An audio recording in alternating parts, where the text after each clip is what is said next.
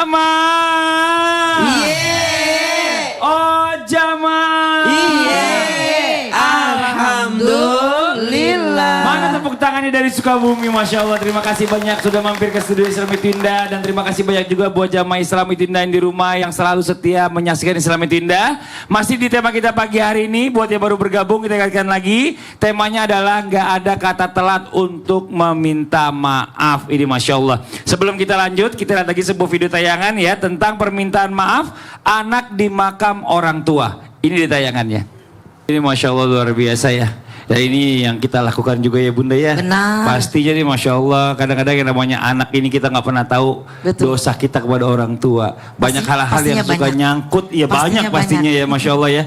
Nyangkut di hati gitu. Kita minta maaf sama orang tua kita udah nggak ada. Nah ini kadang-kadang membuat orang banyak yang bingung. Nggak ada yang kata terlambat katanya untuk minta maaf. Terus bagaimana caranya kita minta maaf kalau seandainya orang yang mau kita minta maafin ini udah nggak hidup lagi di dunia Bunda. Mohon izin silakan Bunda Baik. penjelasannya. Tepuk tangan buat guru kita Bunda Terima Tuti. kasih.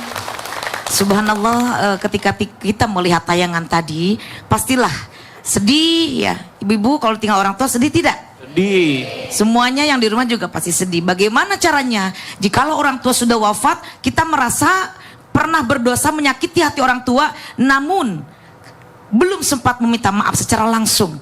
Pertama, sebagai anak yang berbakti, namanya orang tua itu lautan hampura lamun cek Sunda mah, betul? Sebanyak apapun anak melakukan kesalahan, tindakan yang seperti apapun, sudah tahu ilmunya, jangan berkata dosa. Tetapi kita juga namanya anak kepada orang tua, kadang-kadang kita suka khilaf, betul tidak Bu?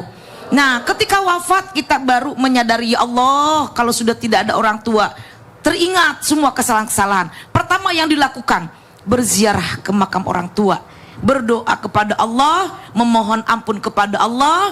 Dan juga kita kan suka kalau berdoa, apa berdoanya Bu? Allahumma gfirli wali walidayya warhamhuma kama rabbayani shaghira. Ya Allah. Yang kedua, kalau kita mau berbakti kepada orang tua, ketika ada rezeki bersedekahlah, berikan kepada fakir miskin atau anak yatim, orang yang membutuhkan. Niatkan, ya Allah, mudah-mudahan amalan sedekah saya ini pahalanya Engkau sampaikan untuk orang tua yang telah wafat. Sebab di dalam hadis Rasulullah dikatakan ketika anak cucu Adam itu wafat, semua amalannya terputus Bu, tetapi ada 3 yang masih menyambung, yang tidak terputus. Satu adalah sedekah jariyah, yang kedua ilmu yang bermanfaat, yang ketiga doa anak yang soleh. Insya Allah kalau kita sudah memohon ampun kepada Allah, meminta maaf kepada orang tua juga pasti melihat di alam kuburnya ya Bu ya. Ya Allah, anak saya datang ziarah,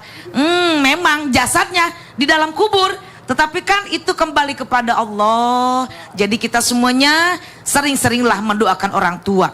Dan yang berikutnya adalah ketika kita bersama orang-orang yang kita cintai, mengingatlah apa kebaikan orang tua.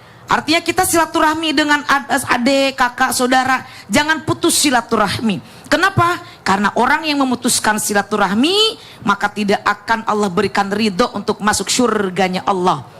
La yadkhul jannah qati. Tidak bisa masuk surganya Allah orang yang memutuskan silaturahmi. Nah, bagaimana tradisi di negara kita nih di Indonesia? Tadi ada tayangan kan sebelum Ramadan berziarah. Ibu-ibu udah berziarah belum?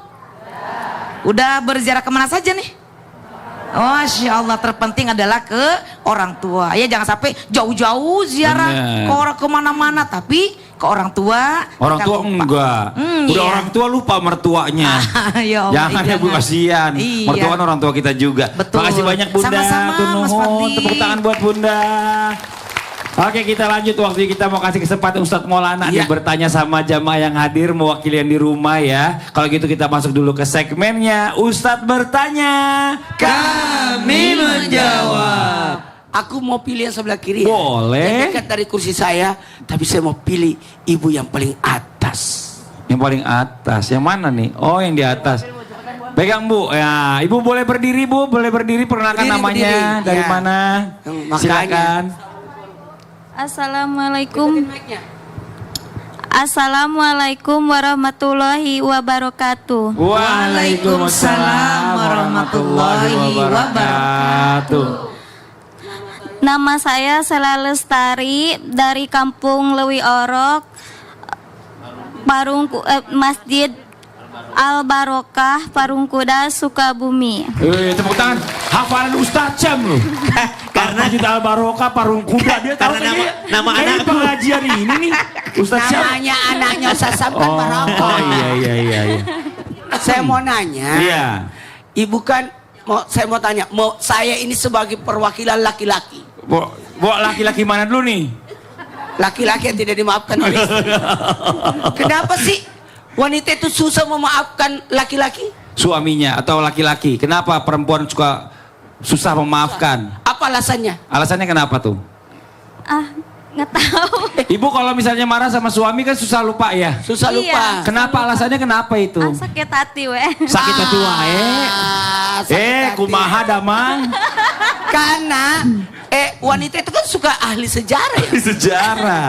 Walaupun sudah dimaafkan masih ingat. Iya, masih ingat. Kenapa? Coba ngobrol sama suami. Jangan berbuat salah lagi, coba.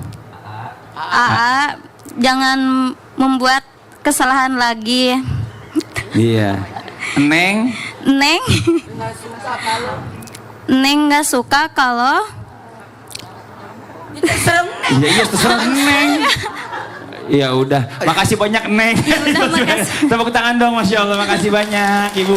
Boleh minta mic-nya? Coba mau di penjelasannya Ustadz, kenapa tuh alasannya? Itu dulu. Kenapa? Kayaknya pengajiannya Ibu jangan-jangan sepengajian sama Iya Sophia. Al-Barakah. Baik kepada semuanya wanita dimanapun berada. Apakah dalam Islam ada alasan kenapa wanita dipandang sulit memaafkan?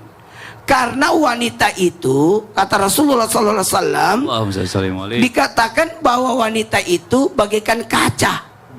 Gelas kaca gimana itu? Kalau ketemu pasti bunyi. Kering. Coba kalau ada perempuan pasti berisik. Ini seandainya nggak syuting berisik ini. Coba karena syuting aja saya nggak takut. Takut kelihatan cerewet. Yang kedua, di mana-mana wanita bawa gelas.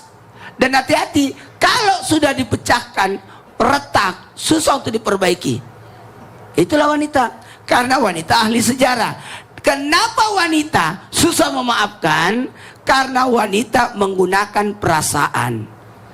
Dan bentuk pertahanan seorang wanita, bentuk harga dirinya, takut dipermalukan, takut dipermalukan, takut diremehkan, takut memberikan beban. Jadi alasan-alasan inilah yang membuat wanita susah memaafkan. Kalau disakiti susah. Ada sebenarnya caranya kalau mau. Mau nggak? Mau nggak? Ajak umroh. Ada caranya. Janganlah bapak-bapak nih lagi nonton. Kalau mau minta maaf sama istri, ada caranya. Caranya adalah kasih uang, beliin emas. Mana tepuk tangannya? Kalau dikasih emas, kenapa sih? Maafkan aku. Ya jangan lagi lakukan itu ya. Pasti begitu tuh. Apalagi kalau dikasih duit, tadinya mau marah, nggak jadi. Makanya mas, jangan begitu ya. Itu. Kenapa? Karena sudah ada tanda. Karena wanita itu butuh bukti, walaupun suka dijanji-janji. Allah. Jadi alasannya 5. Yang pertama harga diri. Yang kedua karena malu. Wanita itu malu. Sebenarnya dia memaafkan tapi malu. Kemudian takut memberikan beban pada orang lain. Kemudian bentuk pertahanan. Kemudian apa lagi? Karena wanita itu merasa dirinya lebih baik daripada laki-laki. Wah, itu saya nggak cocok komen terakhir. Tepuk tangan dong Bu. Masya Allah. Makasih banyak Ustaz Maulana. Saya lebih tahu daripada kamu. Oh, Pokoknya gitu ya. tidak ada. Pokoknya pasal pertama laki-laki salah. Iya. Pasal kedua salah laki-laki. Pasal ketiga kalau wanita salah, kembali kepada pasal pertama. Makasih banyak Ustaz Maulana. Ya Allah, tepuk tangan sekali lagi buat guru kita Ustaz Maulana. Oke, sekarang waktu kita lanjut lagi ya. Kita memberikan kesempatan kepada jamaah untuk curhat kepada guru-guru kita. Tapi sebelumnya kita masuk dulu ke segmennya nih. Curhat dong Ustadz. Iya, kami curhat. Oke, boleh yang mau curhat silakan angkat tangannya. Satu lagi tanggung dari sini deh, Ibu. Boleh maju ke depan, Ibu? Nah, coba silakan Ibu, punten, perkenalkan dirinya. Bismillahirrahmanirrahim. Assalamualaikum warahmatullahi wabarakatuh. Waalaikumsalam warahmatullahi wabarakatuh. Sebelum saya curhat, saya perkenalkan diri. Nama saya Ibu Ami dari Majelis Taklim Nurul Yakin Cibadak Sukabumi. Tepuk tangan buat Ibu Ami. Mau curhat apa Ibu Ami? Tapi di luar tema nggak apa-apa kan? Nggak apa-apa. Ya. Saya mau curhat. Kebetulan saya seorang single parent. Single parent. Iya. Suami saya baru meninggal 7 bulan yang lalu. Oh 7 bulan, Iya. Masya Allah. Dan saya mempunyai 2 anak yatim. Iya. Yang satu baru berusia 17 tahun, perempuan.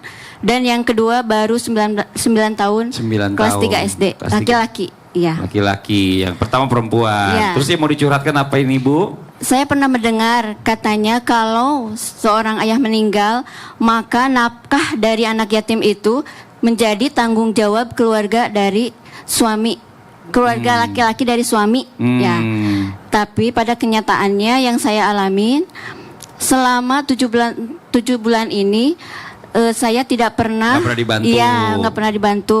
Tapi alhamdulillah saya memang seorang pekerja. Dari suami masih ada, memang saya sudah Ibu membantu. kerja. Iya. Ibu punya gaji berarti? Ada, iya. Masya Allah. Tapi, Terus? Jadi saya tuh pengennya dibantu gitu ya. Pengennya dibantu. Iya, karena Nah, ini memang gimana iya, gitu ya. Kalau nggak diingetin takutnya saudaranya dosa Iya, gitu. iya gitu. Coba kita panggil Ustadz Syam, Bunda Tuti, boleh Baik, mohon izin. Masya Ustadz Syam dulu silakan dijawab Ustadz Syam nih. Anak yatim tanggung jawab siapa? Tanggung jawab semua yang ada di sekitarnya. Kenapa? Karena Allah katakan, "Ara'aita alladhi yukadzibu bid-din, fadzalika alladhi yad'ul yatim wa la yahuddu 'ala ta'amil miskin." Memang ada tanggung jawab untuk menyantuni anak yatim ini dan semua bertanggung jawab. Jadi tidak ada yang dikatakan khusus ini harus pamannya dari laki-laki atau harus pamannya dari ibunya, harus ininya, harus ini. Siapa yang berkemampuan lalu dia tidak menengok keponakannya, tidak menengok tetangganya, tidak menengok daripada orang yang sedang tersakiti ini, yang sedang sekolah misalnya atau dia butuh biaya, maka kita semua bertanggung jawab. Bahkan kalau dia dalam keadaan fakir, miskin, itu kena zakat. Tapi kalau yatim doang itu tidak kena zakat ya.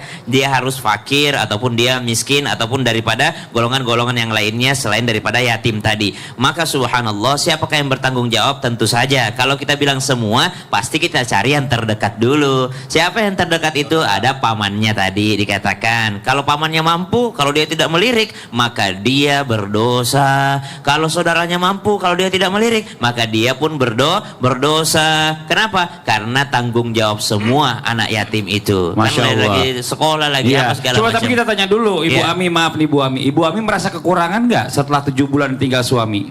Iya, kebetulan kan sekarang yang kelas 3 mau masuk, seharusnya harus kuliah ya gitu. Tapi saya masih bingung karena memang kalau dilihat dari penghasilan saya cuma seorang perangkat desa. Jadi Nggak cukup uangnya. Iya, nggak cukup.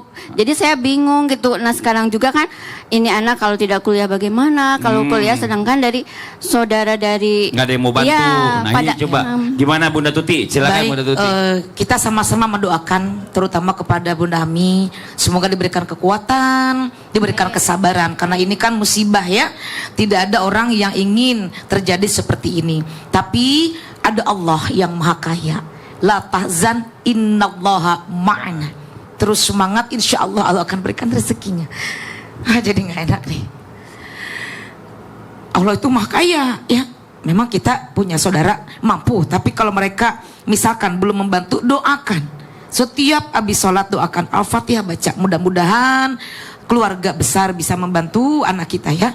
Ada Allah yang maha kaya. Meminta kepada Allah, jangan meminta kepada manusia nanti kecewa. Jangan mengharap kepada manusia nanti kecewa. Minta kepada Allah. Hasbunallah wa ni'mal wakil, ni'mal maula wa ni'man nasir ya. Anaknya yang kedua usia berapa? 9 tahun. Oh iya, ini masih anak yatim. Dan untuk warga yang ada di Cibadak, ya ibu-ibu semuanya ya, kalau ini putrinya atau putranya Ibu Ami ini ada kebutuhan, betul apa yang dikatakan Ustaz Syam, bukan kewajiban satu pihak, tapi anak yatim adalah anak kita semua. Siapa yang membantu anak yatim, Allah akan tolong kita juga. Amin, Masya Insya Allah Allah. ya, Insya Allah ada rezekinya.